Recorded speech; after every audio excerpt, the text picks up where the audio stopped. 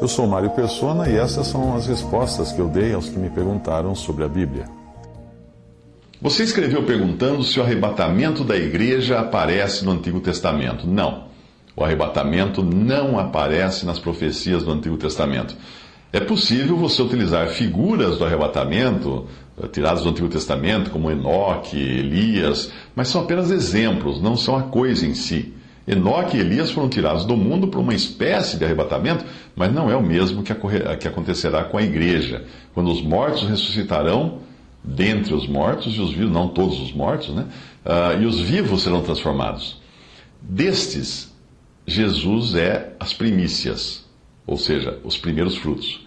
Portanto, ele não poderia ter sido precedido por Enoque e Elias nessa condição.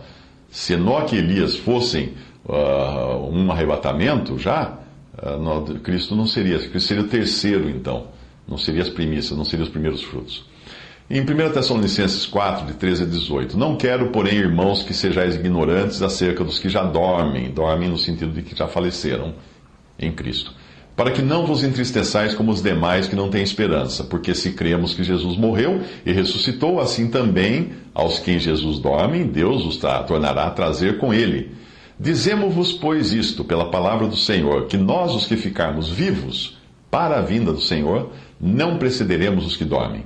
Porque o mesmo Senhor descerá do céu, com alarido, com voz de arcanjo, com a trombeta de Deus, e os que morreram em Cristo ressuscitarão primeiro.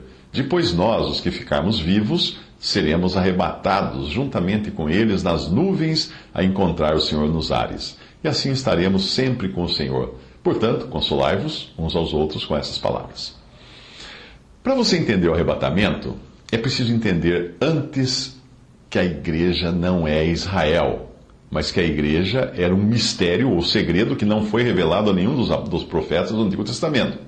Portanto, é preciso você entender que as profecias do Antigo Testamento nunca, absolutamente nunca falam da igreja. Talvez você encontre algumas bíblias aí que tem lá em Isaías, nos subtítulos, né, a glória da igreja ou alguma coisa assim, não tem nada a ver. Os subtítulos das bíblias foram colocados pelos editores, por isso diferentes edições têm diferentes subtítulos. Quando Israel rejeitou o seu Messias e Rei Jesus, a profecia dada no Antigo Testamento entrou num estado de suspense, como se fosse um relógio que Deus segurou o ponteiro, para aí Deus introduzir a época da igreja. Assim que a igreja foi arrebatada, Deus vai soltar o ponteiro desse relógio profético, ele começa a bater de novo para cumprir a última semana de anos que foi profetizada por Daniel, em Daniel 9, 24. 70 semanas estão determinadas sobre o teu povo, sobre a tua santa cidade, para cessar a transgressão e para dar fim aos pecados e para expiar a iniquidade e trazer a justiça eterna e selar a visão e a profecia e para ungir o Santíssimo. Ou seja, Deus estava revelando a Daniel ali que até que fosse tudo resolvido com respeito a Israel, até Cristo voltar para reinar, se passariam 70 semanas de anos, ou seja, 490 anos. Mas esse tempo é dividido em 3 partes. Daniel 9:25, ele fala, sabe e entende, desde a saída da ordem para restaurar e para edificar Jerusalém. Essa é uma primeira parte. A ordem foi dada por Artaxerxes no ano 445 a.C. Até o Messias, o príncipe, haverá 7 semanas e 62 semanas. As ruas e o muro se reedificarão, mas em tempos angustiosos. As 70 semanas aparecem divididas em 2 períodos, um de 7 semanas, que são 49 anos, outro de 62 semanas, que são 434 anos. Nas primeiras 7 semanas de 49 anos, Jerusalém foi reconstruída. Aí Daniel 9:26. E depois das 62 semanas, será cortado o Messias, mas não para si mesmo. Aqui fala da morte do Messias.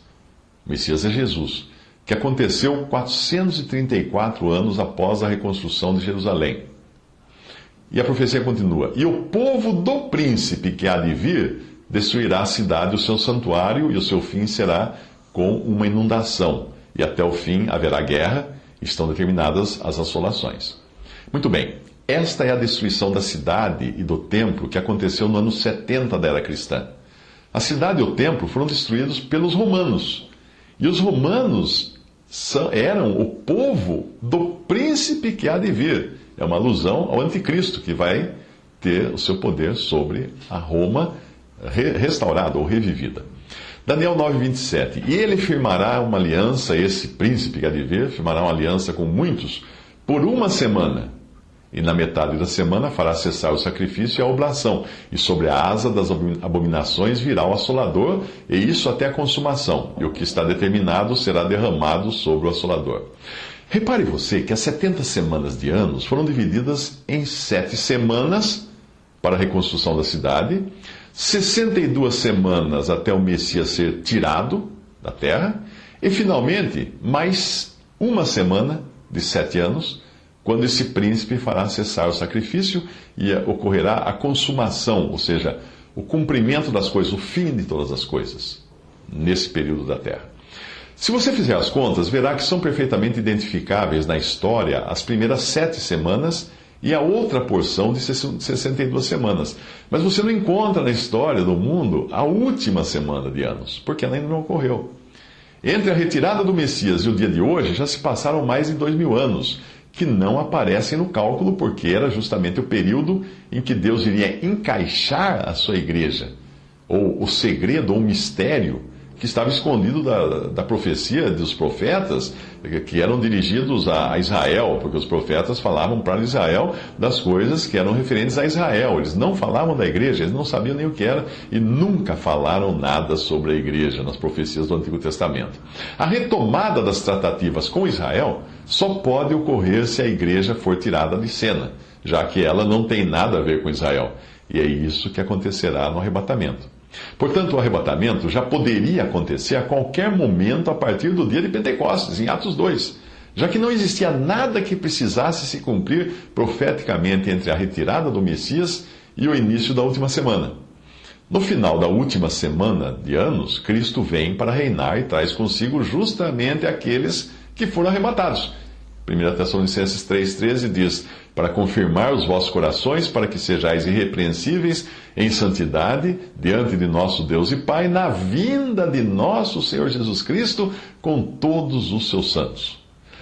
Para que todos os seus santos participem dessa vinda de nosso Senhor Jesus Cristo para reinar, obviamente eles precisam estar no céu antes que isso aconteça.